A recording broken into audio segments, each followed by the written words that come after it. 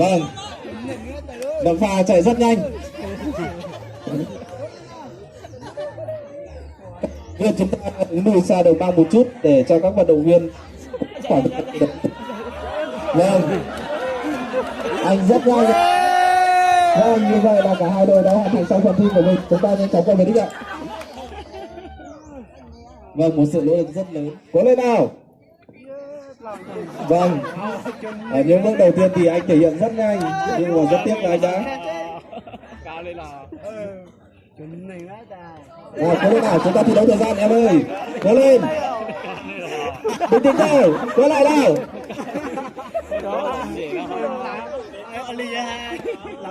Cố lên em ơi. Vâng, qua lại nhanh đi ạ. Vâng, anh đang rất cố gắng. Sự nỗ lực của anh sẽ được đánh giá rất cao. Vâng, như vậy là đội lao chạy 2 đã hoàn thành xong phần thi của mình. Qua lại luôn nào anh ơi, chúng ta tính thời gian nào, qua lại luôn nào, cố gắng lên. Hãy dành một tràng vỗ tay thật lớn cho sự nỗ lực của anh được không ạ? Vâng, anh đã hoàn thành xong phần thi của mình. Mời anh chạy nhanh vào đích ạ. Vâng, rất là nỗ lực ạ.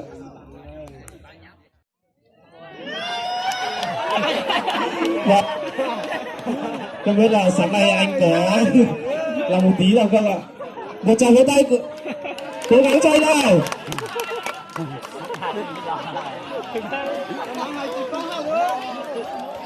Cố lên nào, cố lên nào. Chạy được nhanh nào, một cho được. Vâng, nhưng mà chắc đúng không? Về đích thật nhanh nào anh ơi, về đích thật nhanh nào. Vâng.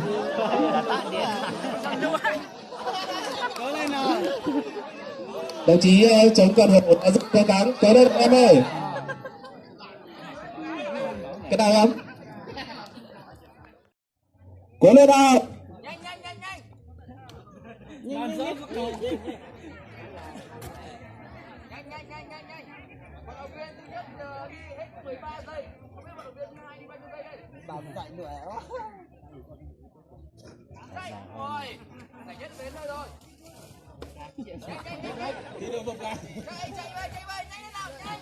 Vâng, cố gắng lên nào anh.